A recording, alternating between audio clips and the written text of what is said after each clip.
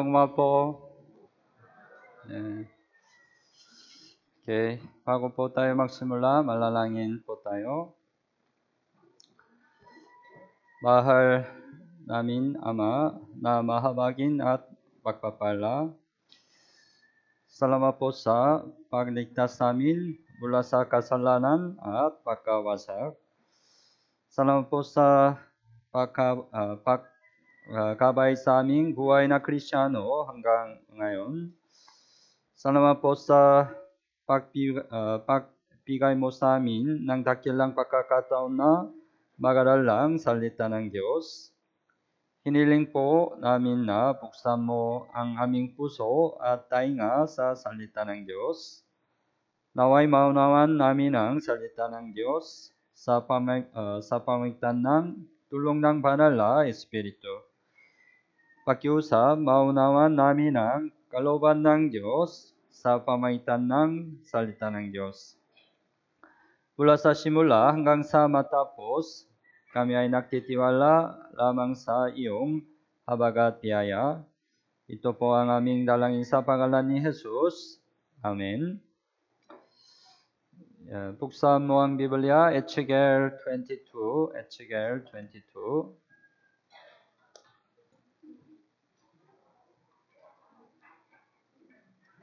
Ezekiel 22:30.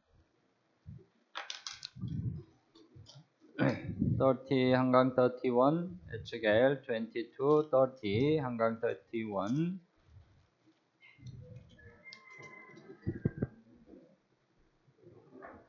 Okay, 30 hanggang 31. Okay, basahin po natin ng sabay-sabay. At ako'y humanap ng lalaki sa gitna nila na gagawa ng pader at makakatayo sa sira sa harapan ko para sa lupain upang huwag kong wasakin, ngunit wala akong natagpuan. Kaya't aking ibinuhos ang aking galit sa kanila, aking tinupok sila ng apoy ng aking puot, ang kanilang sariling lakad ay aking siningil sa kanilang mga ulo, sabi ng Panginoong Diyos. Sa mga naunang verse 25 hanggang 29, ipinakita ang iba't ibang kasalanan at katiwalian na naganap sa lupain ng Kanaan. Dahil dito, dumating ang hatol ng Diyos sa kaharian ng Juda. May hatol ng Diyos. Unit, walang sinuman ang natakuan na maaaring pumigil at magpabago sa hatol ng Diyos. Walang sinuman ang makakapigil sa hatol ng Diyos, kaya tinanggap ni Juda ang kanyang paghatol. So, Ezekiel 22:30 and 31 says about it.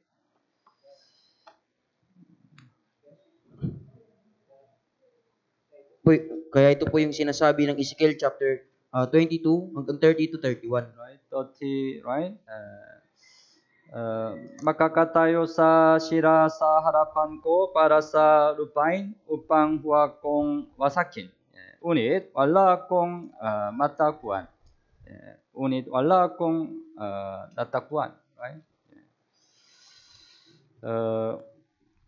Ang hatol ng Diyos ay darating na ngayon sa lahat ng hindi pa naligtas. Tama po ba?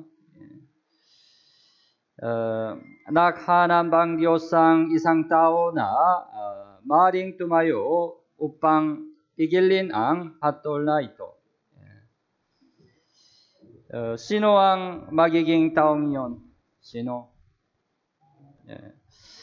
Tayo na mga ligtas na ang dapat maging taong ito. Taong iyon. Sa pamamagitan ng buong pusong pangangaral ng Ebanghelyo, tayo ang magiging taong pipigil sa hatol ng Diyos. Naintindihan niyo po? Naintindihan? Ang kahalagahan, pag-isipan natin tungkol sa ang kahalagahan ng isang tao. Isang tao.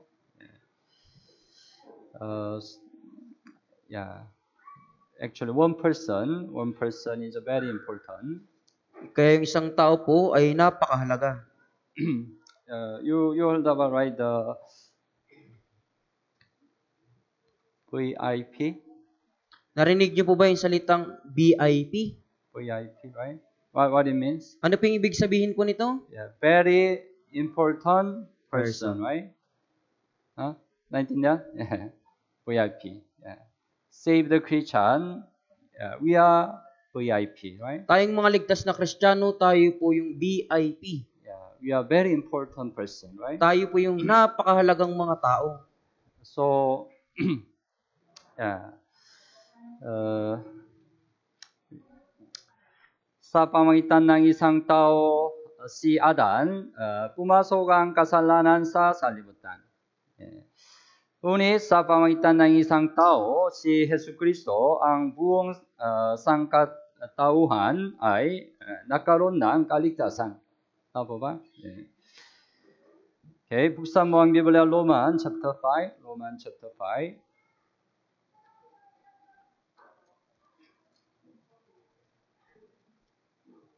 Roman chapter 5, 18 hanggang 19. Roman chapter 5, 18 hanggang 19. 18 hanggang 19. Okay, basahin po natin ng sabay-sabay. Kaya't kung paanong sa pamagitan ng isang pagsuway ay dumating ang kahatulan sa lahat ng mga tao, gayon din naman sa pamagitan ng isang matuwid na gawa ay dumating sa lahat ng mga tao ang pag-aaring ganap at buhay. Sapagkat kung paanong sa pamagitan ng pagsuway ng isang tao, ang marami ay naging mga makasalanan, gayon din sa pamagitan ng pagsunod ng isa, ang marami ay magiging mga matuwid. Right? Yeah. Because of one man Adam, right? Sin entered this world. Dahil sa isang taong si Adan, yung kasalanan po'y pumasok sa sanlibutan. But because of one man, Jesus Christ, yeah, we can get the salvation. Subalit dahil sa isang taong si Jesucristo, tayo po'y nagkaroon ng kaligtasan. Right? One person is very important. Kaya yung isang tao po ay napakahalaga. At sa aklat ng Jeremias, sinasabi na kahit isang matuwid na tao ay walang natagpuan sa Jerusalem, kaya dumating ang pagkawasak nito. Buksan mo ang Biblia, Jeremiah chapter 5. Jeremiah chapter 5. Chapter 5 verse 1.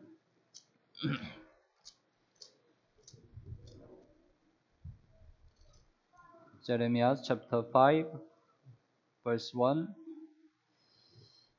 Okay, basahin po natin ng sabay-sabay. Tumakbo kayong paraot parito sa mga lansangan ng Jerusalem. Tingnan ninyo at pansinin. Halugugin ninyo ang kanyang mga liwasan kung kayo'y mayroong taong matatagpuan na gumagawa ng katarungan at naghahanap ng katotohanan upang patawarin ko siya. Yeah, kung kayo'y mayroong taong matatagpuan na gumagawa ng katarungan at naghanap ng katotohanan upang patawarin ko siya. Ngunit dahil hindi nakakita ang Diyos ng kahit isang matuwid na tao, napilitan siyang hatulan ng Jerusalem. Tama ba? Ang Diyos ay patuloy na naghanap ng isang tao. Ang isang tao ay maaaring makakalaw sa puso ng Diyos. Makakalaw sa puso ng Diyos. Isang tao. Ang isang tao ay maaaring magdulot ng malaking impluensya. Yeah. Ang isang tao ay maaaring magdala ng mabuti o masamang impluensya. dapat tayong maging taong hinahanap ng Diyos. Okay? Pag-isipan natin sa Biblia, may mga halimbawa ng isang tao sa Biblia. Si Eliseo ay isang tao na hinahanap ng Diyos sa panahon ng pagkasira ng hilagang Israel sa lumang tipan. Siya ay tinawag na kawahe at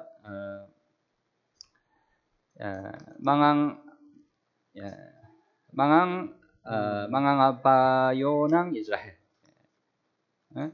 Buksan mo ang Biblia, unang hari, pangalawang hari, chapter 13. Chapter 13, verse 14. Pangalawang hari, chapter 13, verse 14. Okay.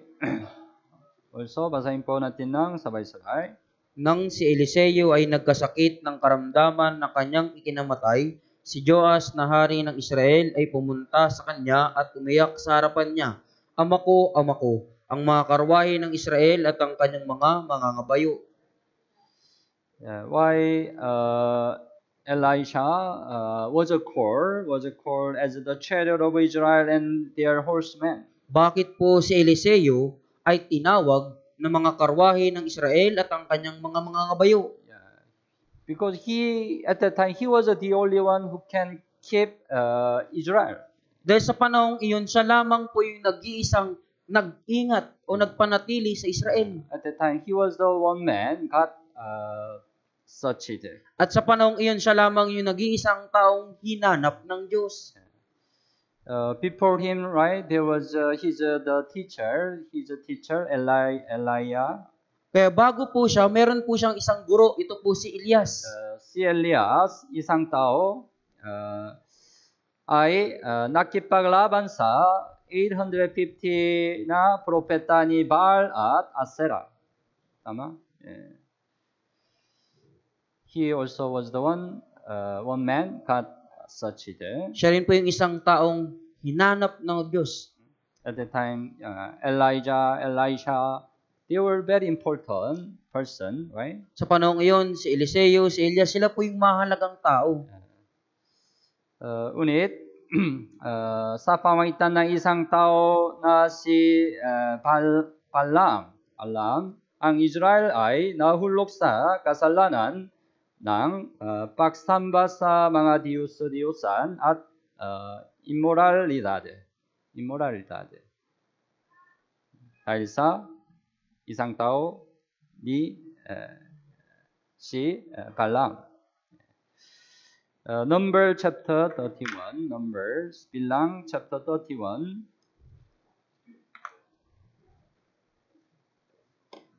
Bilang chapter 31, verse 16.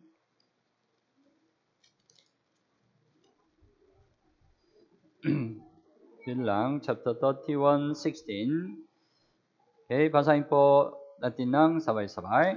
Ang mga babaeng ito, dahil sa payo ni Balaam, ang naging dahilan upang ang mga anak ni Israel ay magtaksil sa Panginoon sa nangyari sa Peor, kaya't nagkasalot sa kapulungan ng Panginoon. It says about because of one person, Balaam, Israel fall into the Great Sea. Sinasabi po dito, dahil sa isang tao po, si Balaam, yung Israel po ay nahulog, bumagsak sa kasalanan. One person is very important. Kaya isang tao po ay napakahalaga. Sa panahon ng mga hukom, ang Israel ay naliligtas sa pamagitan ng isang hukom, right? Can use the one judge to save them, right? Kaya ginamit ng Diyos ang isang hukom upang sila iligtas. Sa panahon ng lumang tipan, ang salita ng Diyos ay ipinahayag sa pamagitan ng isang propeta, right?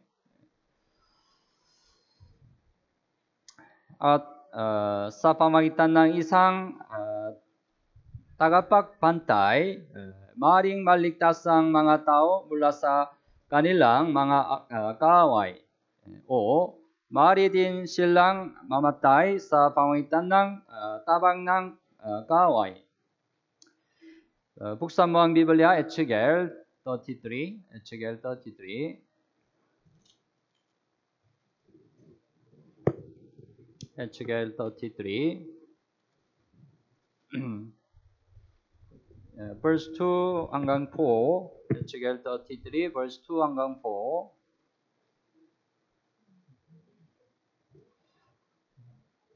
Okay. Verse 2 hanggang 4. Basahin po natin ng sabay-sabay. Anak ng tao, magsalita ka sa iyong mga kababayan at sabihin mo sa kanila, kapag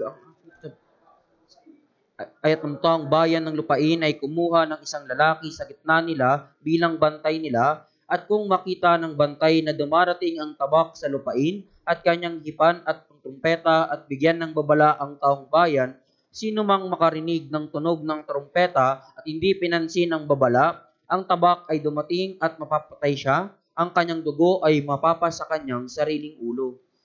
Yeah, may isang lalaki sa gitna nila bilang pantay nila. Yeah, bilang pantay nila. Yeah. Verse 3, kung makita ng pantay na dumating ang tabak sa lupain at kanyang hipan ang trumpeta at bigyan ng babala ang taong bayan. Yeah. The watchman, right? He did his work. Yung bantay po, ginawa niya po yung kanyang tungkulin. But sinumang verse 4, sinumang makarinig ng tunog ng trumpeta at hindi pinansin ang babala at ang tabak ay dumating at mapatay siya. Ang kanyang dugo ay mapapa sa kanyang sariling ulo. It's not the responsibility of the watchman, right? At hindi na po ito responsibilidad ng bantay. Yeah, but Ezekiel chapter 33, 6, verse 6, 6 and 7, 6 and 7, also basahin po natin ng sabay-sabay. Ngunit kung makita ng bantay na dumarating ang tabak at hindi humihip ng trompeta, ang taong bayan ay hindi nabigyan ng babala, at ang tabak ay dumating at pinatay ang sinuman sa kanila, ang taong iyon ay kinuha sa kanyang kasamaan, ngunit ang kanyang dugo ay sisingiling ko sa kamay ng bantay. Kaya't ikaw, anak ng tao, inilagay kitang bantay sa sambahayan ni Israel. Tuwing makarinig mo ang salita mula sa aking bibig, bigyan mo sila ng babala mula sa akin. Verse 6, right? Ngunit kung makita ng pantay na dumating ang tabak at hindi humihim ng trumpeta. He neglect his work, right? Kaya pinabayaan niyo po yung kanyang tungkulin. Yeah. At ang taong bayan ay hindi nabigyan ng babala at ang tabak ay dumating at pinatay ang sinuman sa kanila. Yeah. Ang taong iyon ay kinuha sa kanyang kasamaan. Ngunit ang kanyang dugo ay gilin ko sa kamay ng pantay. It means it's the responsibility of the watchman. Ibig sabihin po nito, ito po yung responsibilidad ng isang bantay. So, verse 7, kaya ikaw, anak ng tao, inilagay kitang bantay sa sambayan ni Israel. Tuwing marinig mo ang salita mula sa aking bibig, bigyan mo sila ng babala mula sa akin. God said, right, Ezekiel as the watchman to Israel. Inilagay ng Diyos si Ezekiel bilang bantay po sa Israel. He received the word of God from God. Siya ay tumanggap ng salita ng Diyos mula sa Diyos. That's why he decided he have to preach the word of God to Israel. Kaya para sa kanya, kailangan niyang ipangaral ang salita ng Diyos sa Israel. Whether they listen or not, he has to preach the word of God. Makinig man sila o hindi, kailangan niya pa rin ipangaral ang salita. Ngayon, tayo rin ay tulad ng mga tagapagpantay na itinalaga ng Diyos. Tama? God also gave us the true gospel, right? Binigyan din po tayo ng Diyos ng tunay na ebanghelyo, di ba po? We know the true gospel, right? Malalaman na po natin yung totoong ebanghelyo. That's why if we preach the gospel, many people can get the salvation. Kaya kung ipangangaral natin ang ebanghelyo, maraming tao po yung magkakaroon ng kaligtasan. We are the watchmen, right? Tayo po yung mga bantay. But if we don't preach the gospel, people go to hell. It's our responsibility. Pero kung hindi natin ipinapangaral ang ebanghelyo at ang mga tao ay mapunta sa impyerno, ito po yung ating responsibilidad. Kaya sa darating na Grand Bible Seminar, right? Dapat nating ipagbigay alam ang ebanghelyo tulad ng pagtunog ng trompeta ng tagapagbantay. Isipin mong ito na ang huling Grand Bible Seminar para sa pagpapahayag ng ebanghelyo. Isipin mong pagkatapos ng Grand Bible Seminar na ito, muling darating ang Panginoon. It's possible, right? Posible po ito, di ba po? It's possible. Jesus comes this year, right? Posible po na maaaring dumating si Jesus sa taong ito. We don't know exact time, but it's possible, right? Hindi natin nalalaman yung eksaktong oras, pero posible po ito. Isipin mo ang mga hindi pa makatanggap ng kaligtasan ay tatanggap ng espada ng paghukom ng Diyos. The sword of God comes to the people now, right? Yung tabak ng Diyos po ay dumarating po sa mga tao ngayon. Dapat tayong maging isa na nakatayo at humaharang sa espada ng paghukom para sa kanila. Who can keep them from the sword? Sino po yung makapaglalayo sa kanila mula sa tabak? The sword of the God's judgment. Yung tabak ng paghukom ng Diyos. We have to stand before them, right? Tayo po yung kailangang tumayo sa harapan nila. Oh God, don't come this time. O Diyos, wag ka po munang pumunta ngayon. We have to stand before God, right? Kailangan nating tumayo sa harapan ng Diyos. We are the one person can protect the sword of God's judgment. Kaya tayo po yung mga taong makakapag-ingat mula po doon sa tabak ng paghukom ng Diyos. Anong uri ng puso ang kailangan ng isang tao? Anong uri ng puso kailangan? Isang tapat na tao ang kailangan. Hinahanap ng Diyos ang isang tapat na tao. Nang panahon iyon, natakbuhan niya si David na tapat. Kaya't sa pamagitan ni David, natupad ang kalooban ng Diyos. Buksan mo ang Biblia, Gawa chapter 13. Gawa chapter 13.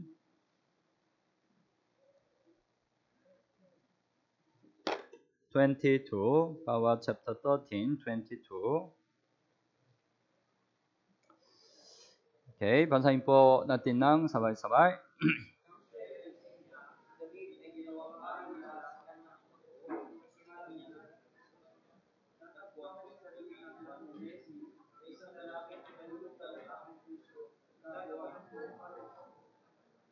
Yeah.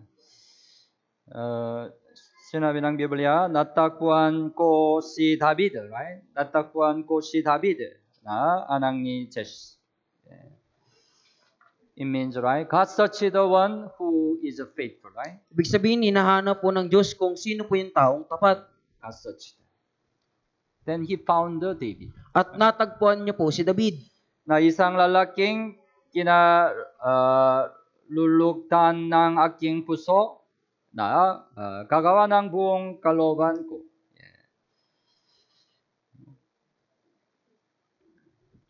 Yeah. Kinalulugtan ng aking puso. It means because he was really faithful. Dahil siya po isa talagang taong tapat. Awit 101. Awit 101. Buksan mo ang Biblia. Awit 101 verse 6. with 101 verse 6. Okay, basahin po natin ng sabay-sabay. Ang mga mata ko'y itititig ko sa mga tapat sa lupain upang sila'y makatirang kasama ko. Siya na lumalakad sa sakdal na daan ay maglilingkod sa akin. Ang mga mata ko'y ititik ko sa mga tapat sa lupain upang sila'y makatirang kasama ko. So God such the faithful and can use him to accomplish his will. Kaya hinahanap ng Diyos yung taong tapat at isinasakatuparan ang kanyang kalooban sa pamagitan niya. Matapos maligtas, kaano nga ba ako katapat sa aking Christian life? So we need to be more faithful, right? Kailangan ating higit na maging tapat Can use the faithful one. dahil ginagamit ng Diyos ang taong tapat. At ang Diyos ay naghanap ng isang tao na may kasigan.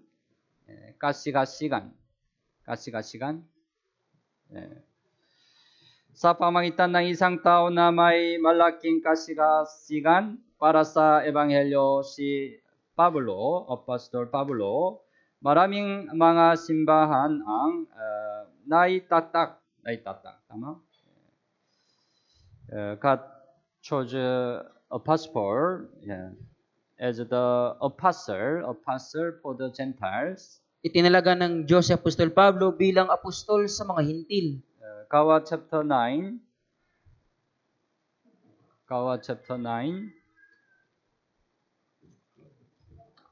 15, Gawa chapter 9, 15.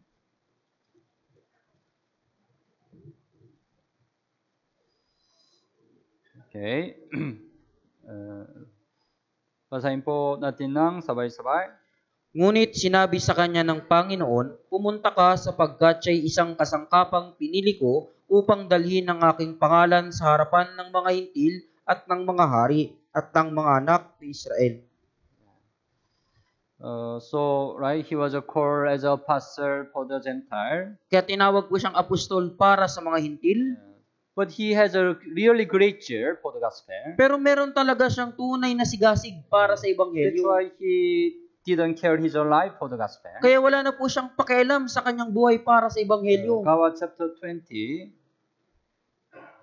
Gawa chapter 20. Verse 23 and 24. Gawa 20, 23 and 24. Basahin po natin ng sabay-sabay. Maliban ng Espiritu Santo ay nagpapatotoo sa akin sa bawat lungsod na sinasabing ang mga tanikala at ang mga kapigatian ay naghihintay sa akin. Ngunit hindi ko itinuturing ang aking buhay na mahalaga sa aking sarili upang maganap ko lamang ang aking katungkulan at ang ministeryong tinanggap ko sa panang Hesus na magpatotoo sa magandang balita ng biyaya ng Diyos. Apostle knew what will happen when he go to Jerusalem. Nalalaman na po ni Apostol Pablo ang mangyayari kapag siya ay nagtungo sa Jerusalem. Maybe he could die in Jerusalem. At marahil maaari po siyang mamatay doon sa But Jerusalem. he didn't care his own life, right? Pero wala po siyang pakialam sa kanyang He buhay. just focused on the gospel. Nakatuon lamang siya sa ebanghelyo. You can know, right?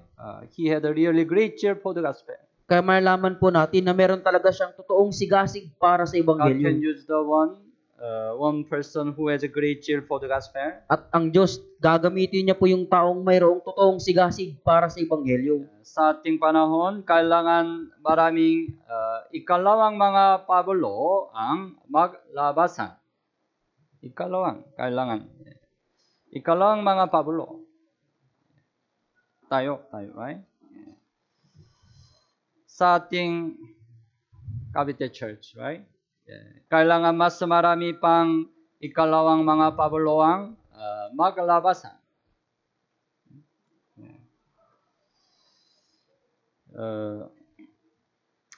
Let's we learn, right? Sa pamagitan ng isang tao, si Lydia, ipinanganak ang iglesia sa Filipos, right?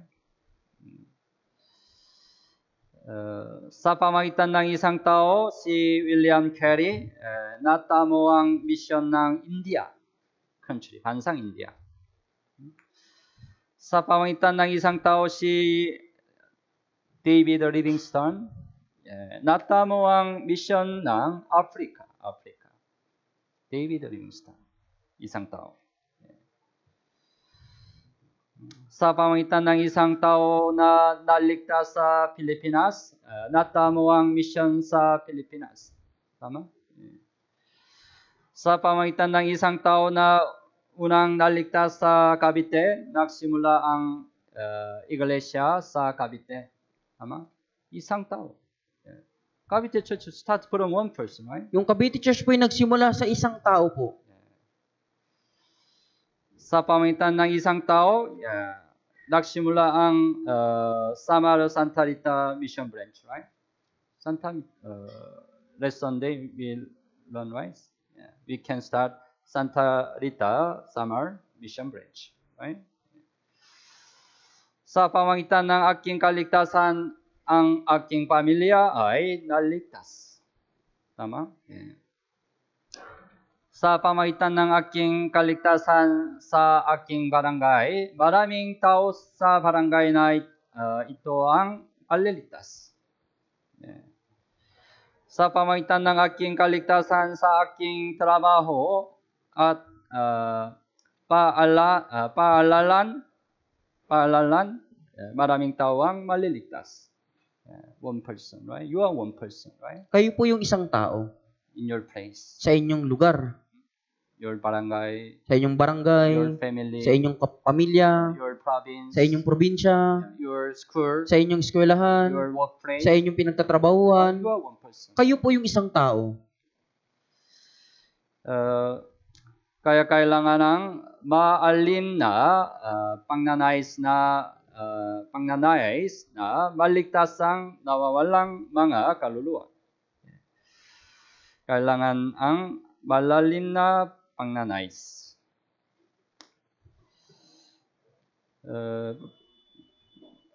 Pag-isipan natin isang halimbawa sa Biblia, si Jacob ay taos pusong nag-anggad ng pagpapala ng Diyos.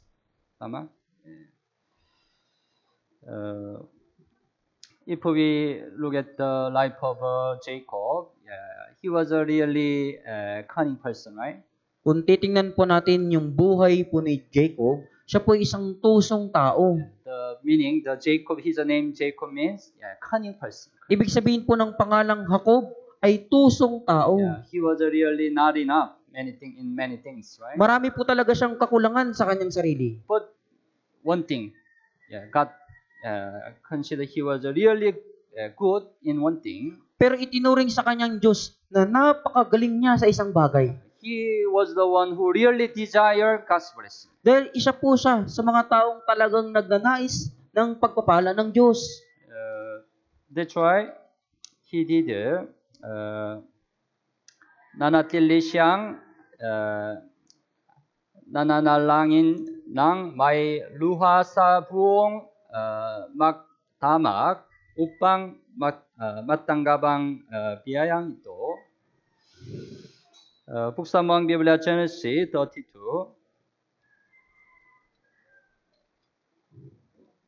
Genesis 32, 26. Genesis 32, 26. Okay. Basahin po natin ng sabay-sabay.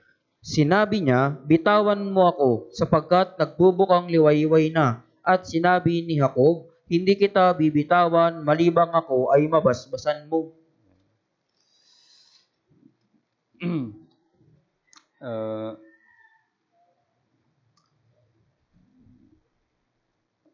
If we look at also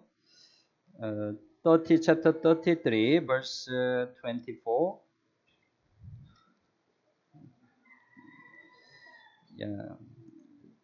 Then Jacob was left alone, and a man wrestled with him until the breaking of a day. Naiwang nag-iisa si Jacob at nakipagbuno sa kanya ang isang lalaki hanggang sa magbukang liwayway.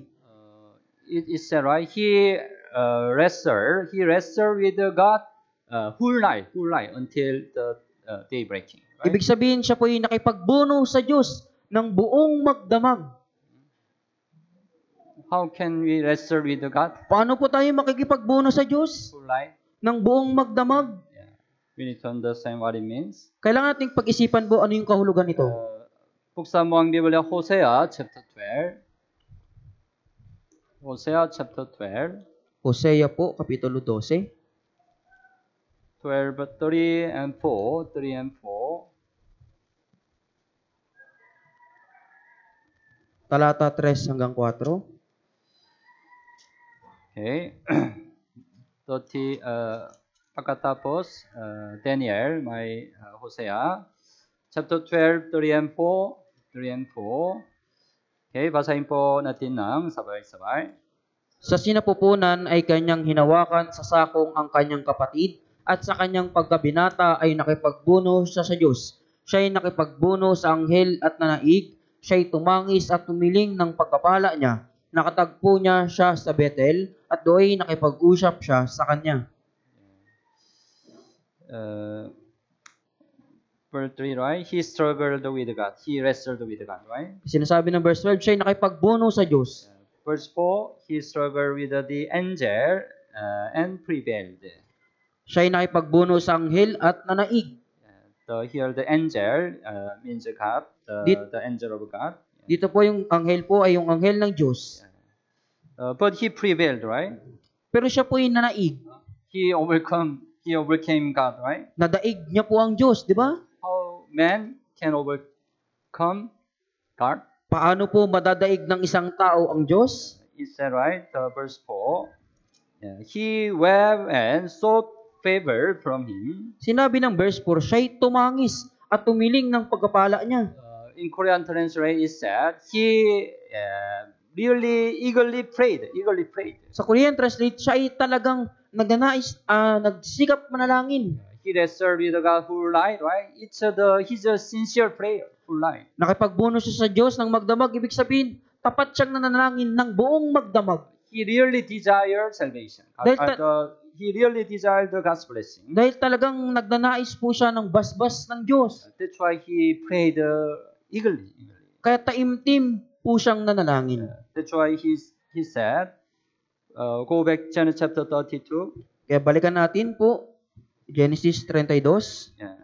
Sinabi ni Jacob, 32 verse 26, sinabi ni Jacob, hindi kita bibitawan maliban ako ay basbasan mo. Right? It means he will not give up. Ibig sabihin, hindi po siya susuko. If you don't allow the blessing, I will not let you go. Kung hindi mo ako babasbasan, hindi kita bibitawan. He really desired the God's blessing, right? Talagang ninanais niya po yung basbas ng Diyos. We need this heart, right? Kailangan natin ng ganitong puso po, di ba? To save the lost soul. Para magligtas ng mga nakakaluluwa. Dapat tayong taimtim na magnanais at manalangin para sa kaligtasan ng nawawalang mga kaluluwa. Kailangan natin ng masidhing pusong nagsasabi, hindi kita bibitawan hanggat hindi mo ililigtas ang taong ito. You have somebody you want to evangelize, right? Di ba po meron kayong isang taong gusto nyo talagang evangelize? But how much you really desire the one get the salvation? Pero gaano ka talaga nagnanais na ang taong ito ay magkaroon ng kaligtasan? Like Jacob. You need the heart of Jacob. Kailangan yung magkaroon ng tulad ng puso ni Jacob. If you don't save this person, I will let you go. Kung hindi mo ililigtas ang taong ito, hindi kita bibitawan. Who like cry? Right? Kaya buong magdamag po, tumatangis.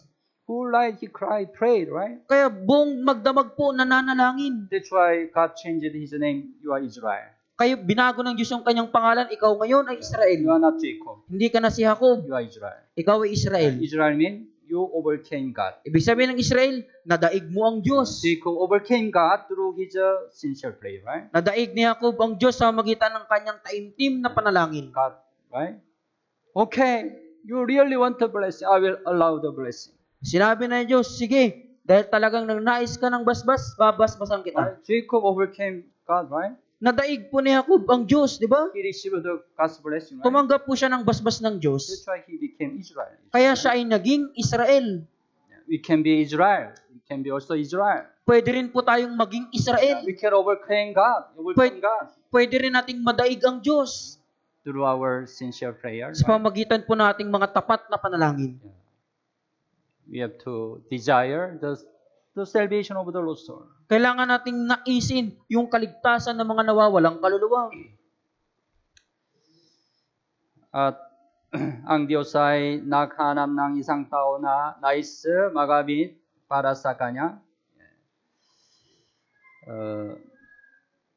Kahapon, we had a Bible study about the book of Isaiah. Kagabi po, nagkaroon po tayo ng pag-aaral patungkol sa aklat ng Isaías. God called Isaiah, right? Tinawag po ng Diyos si Isaías po, di ba po? Then, sinabi ng Panginoon sa kanya, buksan mo ang Biblia, Isaiah chapter 6,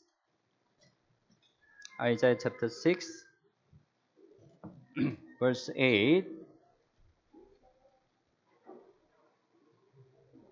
Isaiah chapter 6, verse 8. Okay, basahin po natin ng sabay-sabay. At narinig ko ang tinig ng Panginoon na nagsasabi, sinong susuguin ko at sinong hahayo para sa atin?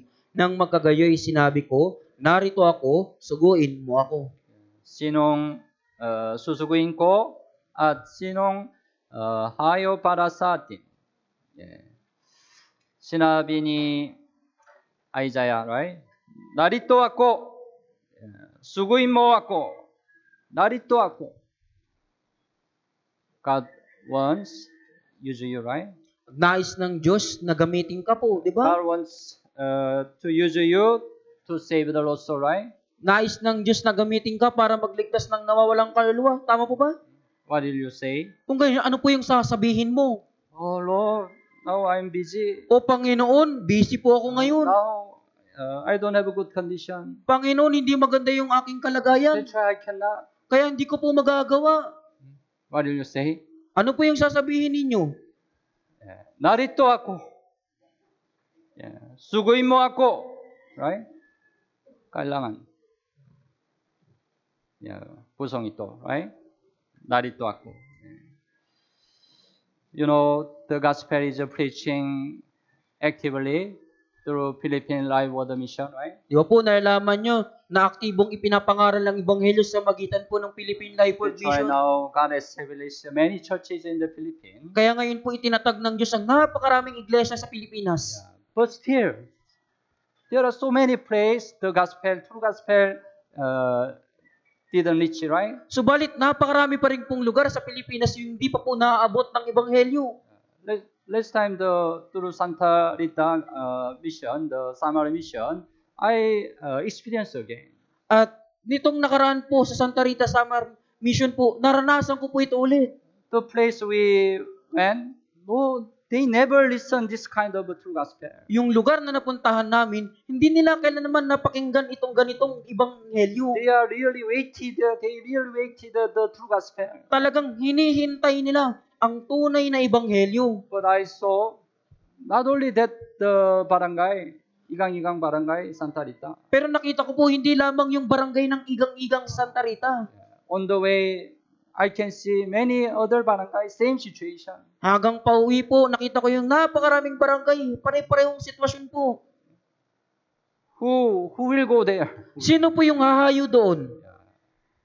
We are the one who can go, right? Tayo po yung mismong kailangang humayo doon. That's why kailangan namin ng taong may malalim na pagnanais na magamit para sa mission sa Pilipinas.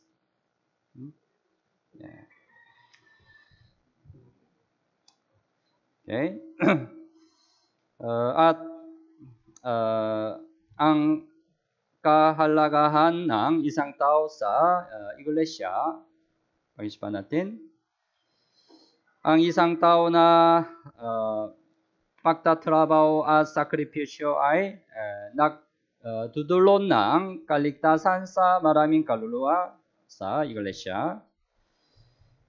James chapter 12, Juan chapter 12, Juan 12, buksan mo ang Biblia, Juan 12:24. Juan po. Juan 12 verse 24. Okay, basahin po natin ng sabay-sabay. Katotohanang sinasabi ko sa inyo, malibang ang butil ng trigo ay mahulog sa lupa at mamatay, ito ay mananatiling nag-iisa. Ngunit kung ito ay mamatay, ay nagbubunga ng marami. Ngunit kung ito'y mamatay, ay nagbubunga ng marami. May isang trigo, right? Isang trigo. Ito ay una si Yesu Kristo. Siya ay isang trigo, right? He died on the cross, right? Siya po ay namatay sa krus. He sacrificed his life, right? Isinakripisyo niya yung kanyang buhay. Through his sacrifice, many people, we could be saved, right? Sa magitan ng kanyang sakripisyo, maraming mga tao, tayo po ay naligtas. Ngayon, sino ang isang trigo? Sino ang isang trigo? Ako, ikaw, tama? Yeah. Save the people. Yeah. We are the isang trigo. Tayo po yung isang trigo. Yeah. Kung ito'y mamatay, anong ibig sabihin? Kung ito'y mamatay, it doesn't mean we have to kill ourselves. Hindi ito nangangulugan na kailangan nating patayin yung ating sarili. It means our sacrifice. Nangangulugan po ito ng ating sakripisyo. Yeah. If we sacrifice ourselves, many people will be saved. Kung Right? isasakripisyo natin yung ating mga sarili, maraming tao po yung maliligtas. Now we have to become isang trigo. Ngayon, kailangan po nating maging isang trigo. And we have to die. Right? At kailangan nating We have mamatay. to sacrifice ourselves. Kailangan nating isakripisyo ang ating sarili. Ang malin na apoy ay maaaring magdulot ng sunog sa malaking bundok. Tama po ba? Malaking bundok. Yeah. Start from small fire. Right? Yeah. Tumanggap tayo ng malin na apoy nang tayo ay maligtas. Yeah. Ito ay ang apoy ng Ebanghelyo. Yeah. Tama? Luke chapter 12. Luke chapter 12. Buksan mo ang Biblia. Luke 12.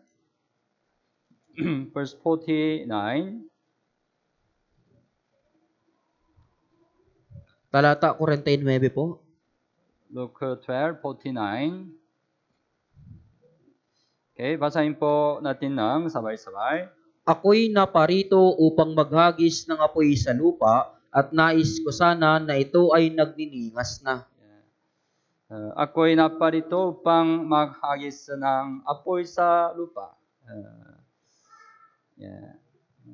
Anong ibig sabihin apoy dito? Yeah.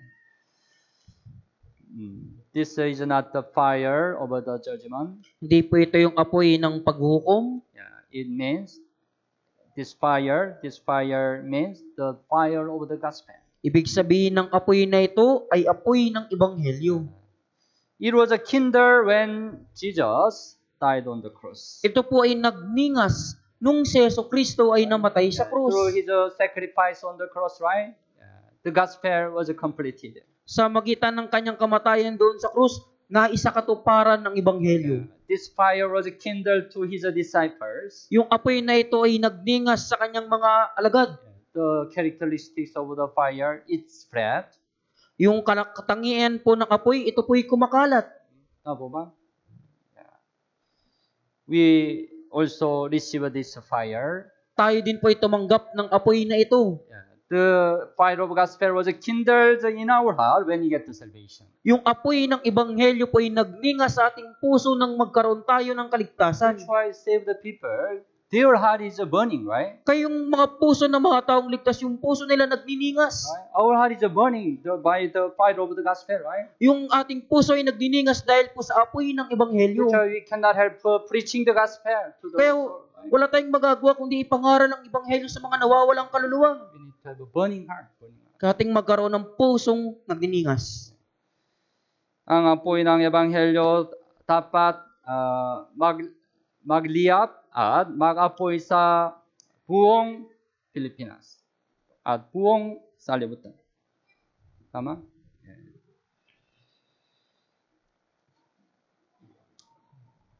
magiging mas magtagumpay at mas masigla ang isang cell group dahil sa isang tao. Isang tao important, isang tao. In your group, in your cell group, one person is important. Sa inyong cell group po yung isang tao ay napakahalaga. You have to become this one person. Kailangan mo pong maging isang taong ito. At pag-isipan natin ang kahalagahan ng isang tao sa pakikisama, fellowship. Kapag ang buhay ng isang tao ay nabago, ang kanyang impluensya ay kumakalat sa mga tao sa paligid niya. Halimbawa sa Biblia, ang balita tungkol sa pananampalataya ng mga taga-Tesalonika ay kumalat sa bawat lugar. Kumalat sa bawat lugar. Buksan mo ang Biblia, unang Thessalonica chapter 1. Unang Thessalonica chapter 1, verse 8. Unang Thessalonica chapter 1, verse 8. Okay. Basahin po natin ng sabay-sabay. Sapagkat mula sa inyo'y umalingaw-ngaw ang salita ng Panginoon, hindi lamang sa Macedonia at Akaya, kundi sa lahat ng dako ay napabalita ang inyong pananampalataya sa Diyos, kaya't kami ay hindi na kailangang magsalita pa ng anuman. Pastor nearly praised the Thessalonian saint At talagang pinuri po ni Apostol Pablo yung mga banal sa Thessalonica because they lived a really good Christian life. dahil namuhay talaga sila sa mabuting buhay Kristiyano. Even though they are not so long after salvation, they lived a really good Christian life. Kahit na hindi sila ganoon katagal nung maligtas po sila, namuhay sila sa magandang buhay Kristiyano. That's why they became good example to other church. Kaya sila ay naging mabuting halimbawa sa ibang mga church. It affected, influenced other church. At ito po yung na-impluwensyahan yung ibang mga church. So, if you live a good Christian life, you can influence other Christians. Kaya kung ikaw ay mamuhay sa mabuting buhay Kristiyano, may impluwensyahan mo din ang ibang mga Kristiyano. They are affected by you. At maaaring sila ay maapektuhan mo. They will have the heart to follow your faith. At maaaring magkaroon sila ng pusong sundan ng iyong pananampalataya. That's why one person in your group is very important. Kaya yung isang tao sa inyong grupo ay napakahalaga po. Sa pamagitan ng isang tao na takpatoto sa fellowship, testimony, right? We have a testimony sa fellowship, right? Maraming tao ang maaring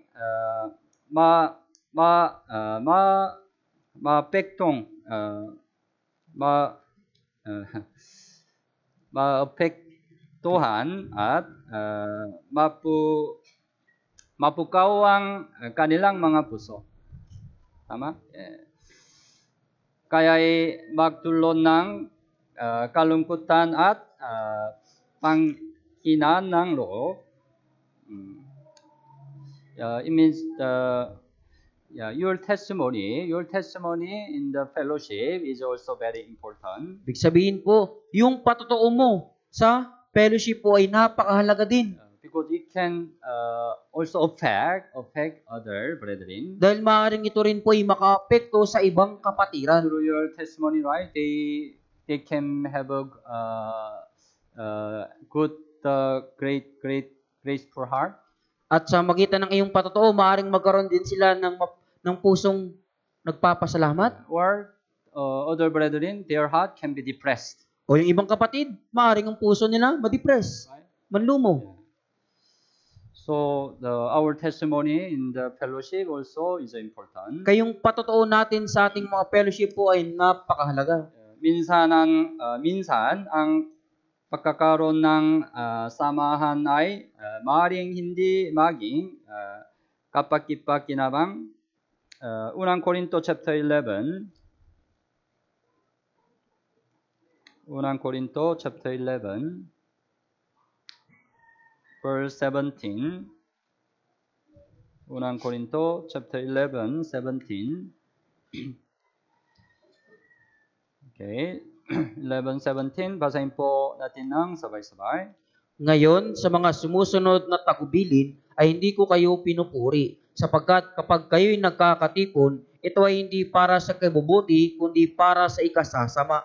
Kapag kayo'y nakakatipon, ito ay hindi para sa ikabubuti, kundi para sa ikakasama. Right?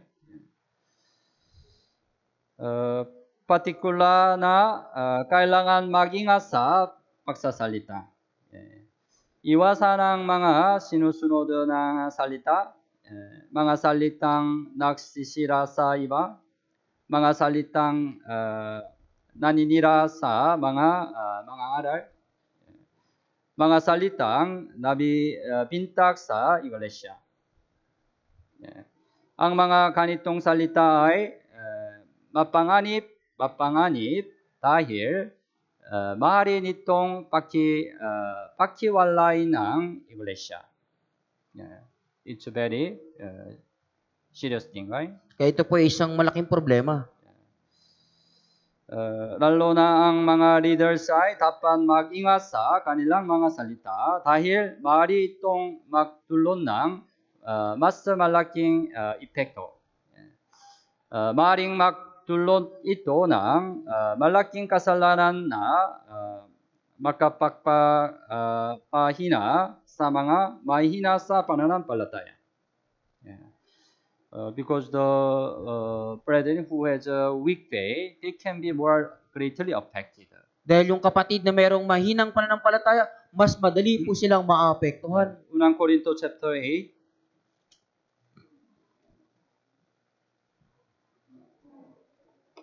Unang Korinto chapter 8 verse 9. Okay, basahin po natin ng sabay-sabay. Subalit mag-ingat kayo, baka ang kalayaan ninyong ito ay maging katitisuran sa mahihina.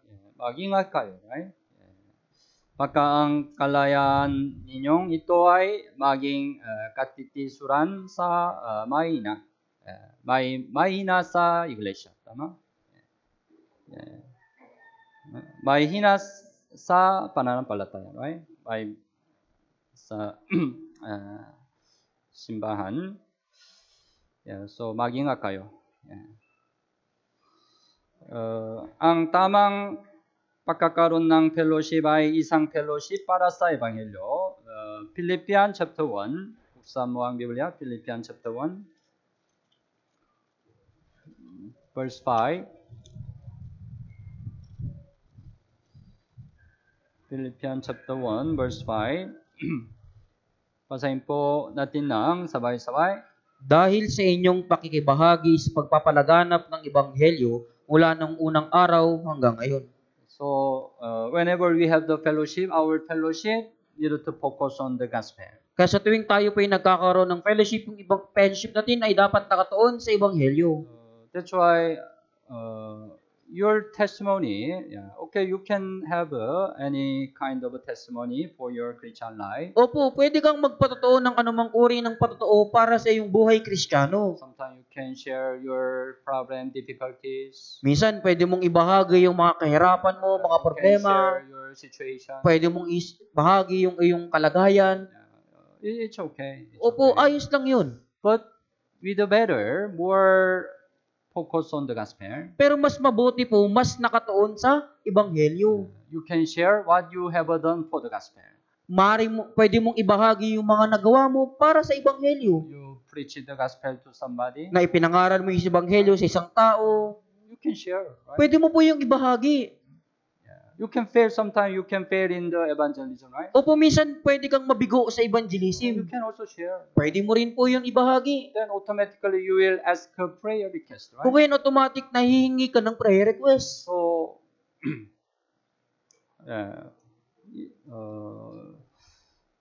whenever we have the fellowship, you can ask. You try to ask more prayer requests. Kaya sa tuwing nagkakaroon tayo ng fellowship, subukan nyo pong magkaroon ng mas maraming prayer request. Especially for the lost soul. Higit sa lahat para sa mga nawawalang kaluluwa. Right? Yeah. Dahil sa inyong pakikibahagi sa pagpapalaganap ng Ebanghelyo. Right? It's a desirable fellowship. Ito po yung nararapat na fellowship. Sa pagkakataong ito ng Bible Seminar, magsikap tayo para sa Ebanghelyo.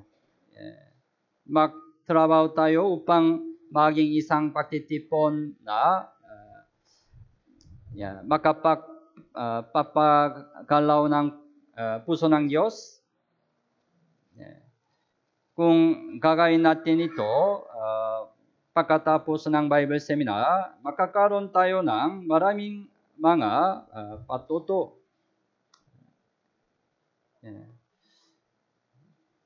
So, right, if you try your best to preach the gospel in this Grand Bible Seminar, you can experience many things, right?